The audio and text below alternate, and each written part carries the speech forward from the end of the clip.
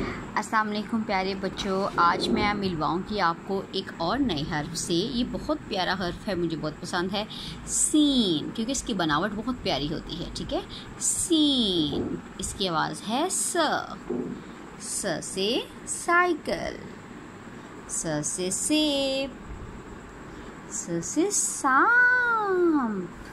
चलिए नज़्म पढ़ते हैं। सेब उठा के साइकिल पर सारा घर को लौट के आई, सांप ने उसका रास्ता रोका, सारा की यूं शामत आई, सारा चीखी भागी फौरन, साइकिल रास्ते में गिराई। हमने पढ़ा सीन की आवाज़ के बारे में। प्यारे बच्चों, तस्वीर में और देखिए, सीढ़ी, सूरज, बहुत सारी आवाज़ें सीन से शुरू होती हैं।